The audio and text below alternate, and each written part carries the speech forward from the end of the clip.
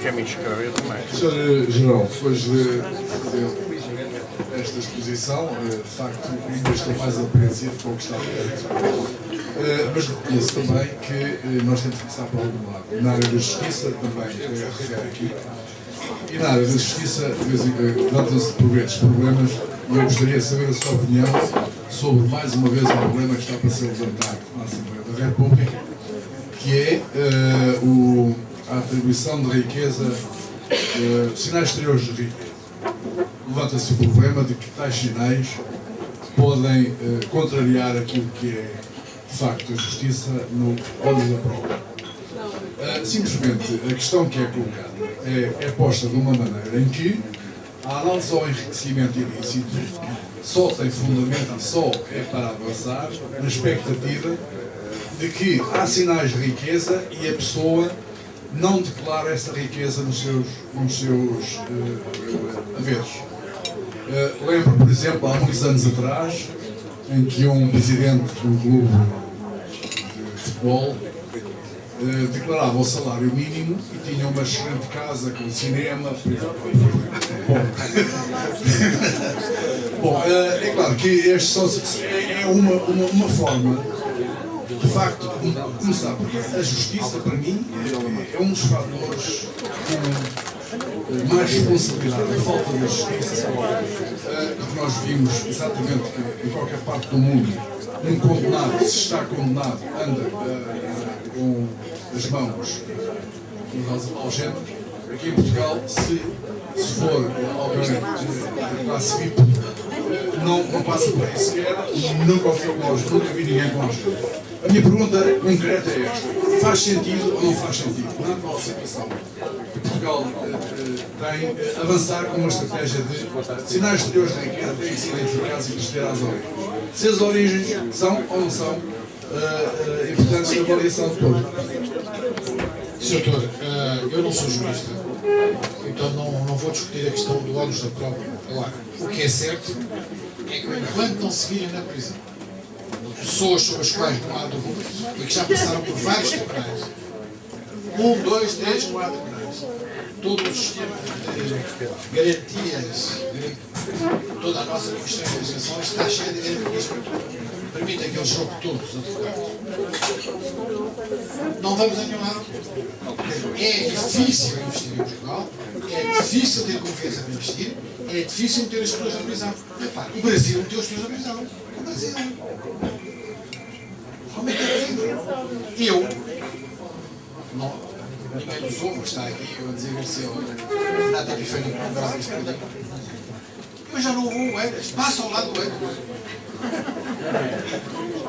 As pessoas do Eiras votam, eu não tenho problema nenhum. Eu digo aos meus amigos do Eiras, eu dou a volta ao Eiras. Nunca passo do Marginal para Cascais. Não vou lá. Enquanto aquele senhor não estiver na prisão, não ponho os pés do Eiras. Bem, e depois dizem-me assim: és ingênuo, és pai. Sou, mas é uma coisa que não dá um certo descanso. Mas é verdade. Quer dizer, a questão. Sou esse, mas esse passou em 4 tribunais, por amor de Deus. Se houvesse uma lei que os impedisse de se candidatar, já as pessoas votavam neles. Mais alguma pergunta? Faz favor.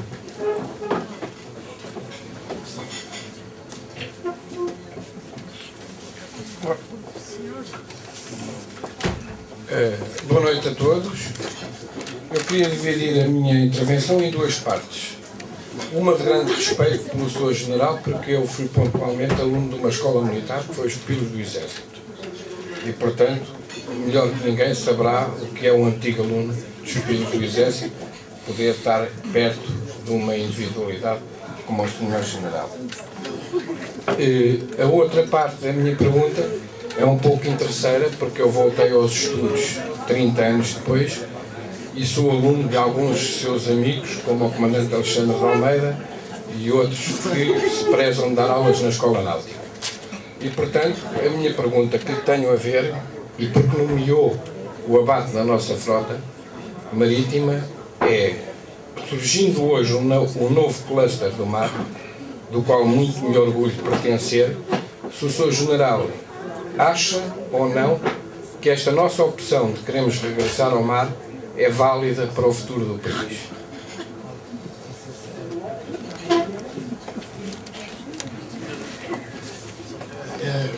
obrigado. Eu creio que não há alternativa para isso. Temos que começar a ouvir. Temos que começar a ouvir. Agora, não chega este trabalho que foi feito.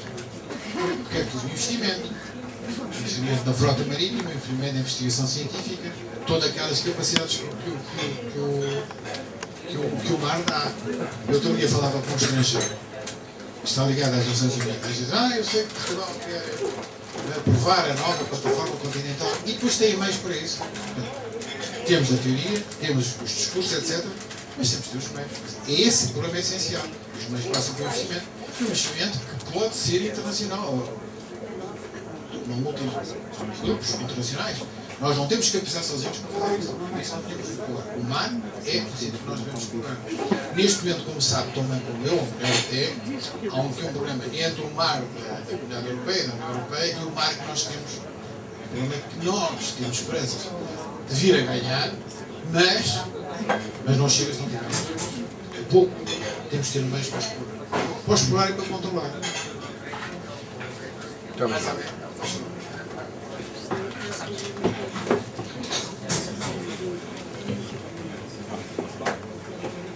O Sr. General acabou de elencar uma série de tragédias consecutivas. Isto, um bocado a ver que as elites também governaram este país ao longo deste tempo todo. A pergunta que eu quero pôr diretamente é se entende que será com as mesmas elites que vamos sair desta situação. Isto no caso interno, em termos de... Porque o senhor diz e bem, temos de fazer reformas.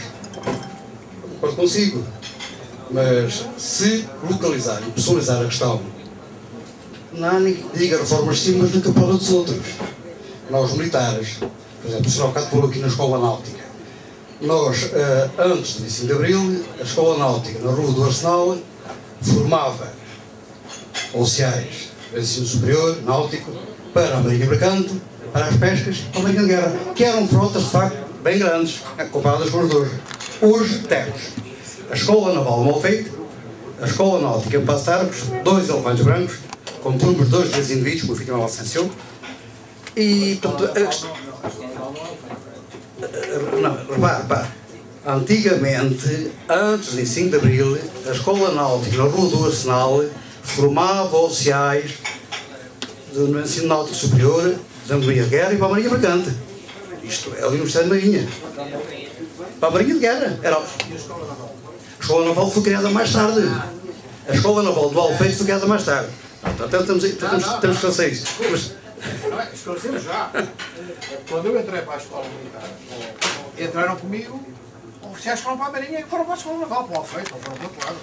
Em 57. Então a Escola de Náutica que existiu no Rio do A Escola Náutica não tinha nada a ver com a Marinha de Guerra. Nada a ver com a Marinha de Guerra. Mas vamos abstrair dessa meia dúzia, porque eu tenho alguma dúvida ainda sobre isso. Mas vamos abstrair. Neste momento temos turmas com 2 e 3 elementos, tanto na Escola Naval, no Alfeite, aquele paquideiro enorme. Não tem, não é Tem. Eu fiz serviço na Marinha 30 anos. E temos na Escola Náutica, turmas de 3 e 4 indivíduos. Também estamos lá. E a questão é esta, mas isto é uma pequena amostra do iceberg. Isto espalhado pelas câmaras, se não houver reformistas que queiram de facto fazer reformas, não basta nós estarmos, o que o Sr. Jornal disse bem, devem elencar uma série de irregularidades, uma série de problemas que nós temos historicamente. Mas a verdade é que vão sucedendo as gerações e ninguém pega nas coisas para resolver. Ninguém, os eleitos e os homens do poder. Afinal, nós temos uma população que é querida no mundo inteiro. O nosso imigrante lá fora produz na sua hora de trabalho igual aos outros. Porquê é que chegamos aqui ao manicômio e dá-se esta tragédia? São os mesmos. Então o problema é das elites. A questão volta ao princípio. Serão as elites portuguesas capazes de nos tirar desta situação? Essa é a pergunta.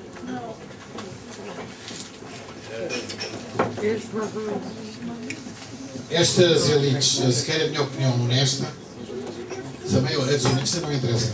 A minha opinião é que estas elites, ditas elites, eleitas, não vão resolver nada. É claro que haverá um conjunto de pessoas de grande capacidade em todas as áreas, têm trabalhado em vários governos, mas em si, sozinhas não conseguem resolver. Não conseguem. Também não sei como é que se dá a volta. como dizia o Sr. Edmundo Pedro há bocadinho, é preciso que haja muitos movimentos desses. Nós estamos aqui noutro, que é a plataforma ativa da sociedade civil, mas temos uma máquina montada de poder monopolizador nos vários partidos políticos, que não deixam entrar, falam muito da sociedade civil, mas não querem a sociedade civil. E, portanto, as reformas vão custar muito a vida. Tem que ser outras épocas. Como é que se dá a volta a isso é a grande questão. E não será. É preciso que isso se faça. Este governo está a fazer algumas reformas. Está a fazer. Mas este governo tem a infelicidade de ter um conjunto de 300 medidas para implementar em 2 anos ou 3 anos. É impossível. Não é possível. E o Sr. Primeiro-Ministro e o Ministro das Finanças têm aquela opção, tem que se fazer. Não é possível. É claro que também não era possível aceitar o descalabro financeiro e orçamental e da dívida que aconteceu com o engenheiro Sócrates. Não era possível. Aquilo é completamente inadmissível. Eu gostava só de agora mudar de assunto, só para dizer uma coisa. O número de candidatos anuais abertos à Escola Naval, para a Escola do Exército ou para a Academia Militar, há 1.700 candidatos para 120 vagas. Ou 130. Já inclui agora a Academia da Força Aérea e a Marinha. Mas tem tipo 400, 500 candidatos. E cada turma do primeiro ano da Escola Naval tem 30 alunos. Portanto, eu tenho. Mas eu acredito que verifico. É que não é a mesma coisa que a Escola Nota, desculpa. Pronto. Não, mas agora, no que interessa à questão das reformas, as reformas são necessárias, as reformas têm essa questão que disse, tudo bem, mas lá na outra quinta, não é na minha. E depois, estas elites estão esgotadas. Eu não sou capaz de ser melhor que o Sr. Edmundo Pedro, quer dizer, esgotaram-se, já não representam a população, mas temos que dar a volta com uma sociedade civil, com uma sociedade civil que se reforce, e em democracia que se tem que dar a volta. Não há alternativas para se fazer isto. E temos que ganhar a confiança para investir em cá. Não tenho milagres. Não. Mais alguma pergunta? Bom, antes de mais, queria felicitar o Sr. General pela sua brilhante conferência.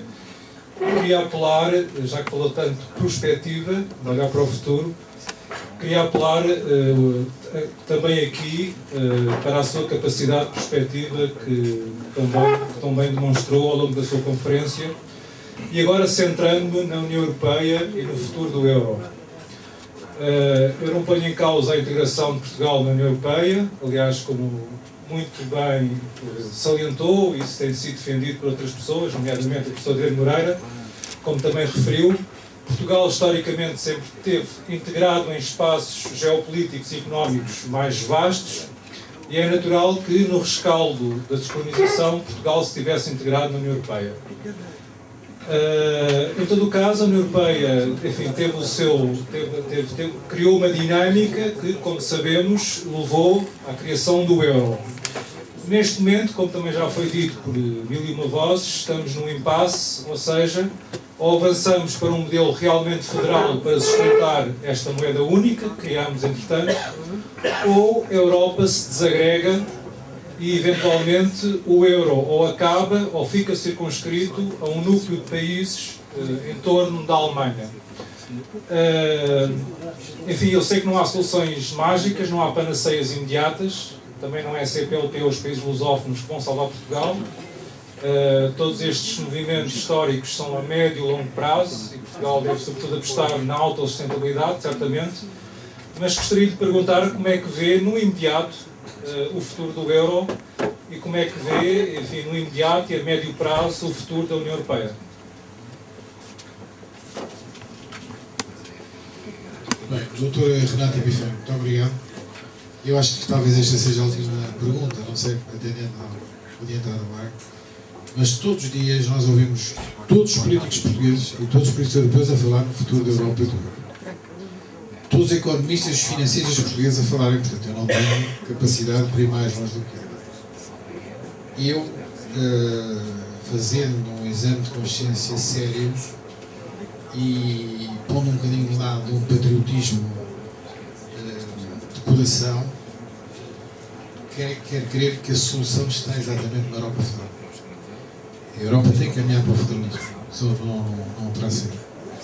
E isso significa que já, quando foram os saltos em frente que a Europa foi dando, nomeadamente o grande salto em frente da moeda única, do euro, nós devíamos ter tomado muitas medidas e aqueles tratados foram tratados muito em cima do joelho, como o Tratado de Lisboa e outros. Nós temos que reagir nesse sentido e das duas uma, ou reinventamos outro tipo de alianças, ou é dentro da Europa, com uma Europa que seja mais federal. É o que eu posso dizer. Mas repare, quem sou eu? Esses milhares, centenas, todos os dias nós ouvimos aí a falar. E acredito também que o euro, aliás o euro, independentemente dos pecados da Europa, o euro foi sempre combatido nos Estados Unidos. Sempre combatido nos Estados Unidos.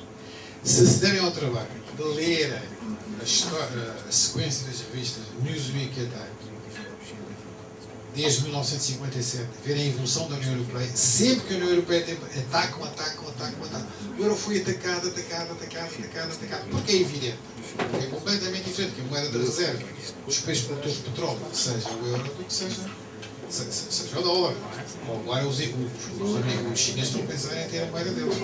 Há aqui uma luta geopolítica muito grande, em que a Europa, por não ter feito o trabalho de casa, por defeitos internos, por defeitos estruturais e de funcionamento, não soube adiantar-se para isso. Portanto, quando eu digo o ritmo de avanço de Portugal é lento em relação ao resto, o ritmo da Europa também é lento em relação ao que está a acontecer no resto do mundo. E, portanto, creio, tenho esperanças. Não tenho fé na Nossa Senhora de Fátima, mas tenho fé acho que a Nossa Senhora de Fátima até pode acontecer um dia dizer assim, já não estou para aturar mais aqueles tipos, somos nós. E corta. Acho que ela já merece esse castigo. Mais alguma pergunta? Estou à vossa disposição. Então, muito obrigado a todos pela vossa atenção e paciência.